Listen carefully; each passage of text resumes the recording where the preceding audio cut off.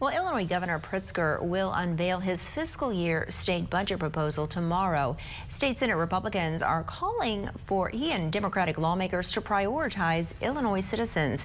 Senate GOP leader John Curran says that Democrats need to stop prioritizing migrant spending. So far, the state has spent nearly around $640 million as the Chicago deals with the ongoing migrant crisis. And Governor Pritzker last week announced he'll ask lawmakers for an additional $182 million. Curran says Pritzker could course correct. Instead of more free health care for non-citizens, we want to see efforts to lower costs for Illinois citizens. Instead of non-citizen programs, we want to see efforts to make Illinois more affordable for working families, seniors, and our most vulnerable populations. Pritzker is set to give his State of the State and budget address tomorrow at noon. The state faces an estimated nearly $900 million deficit.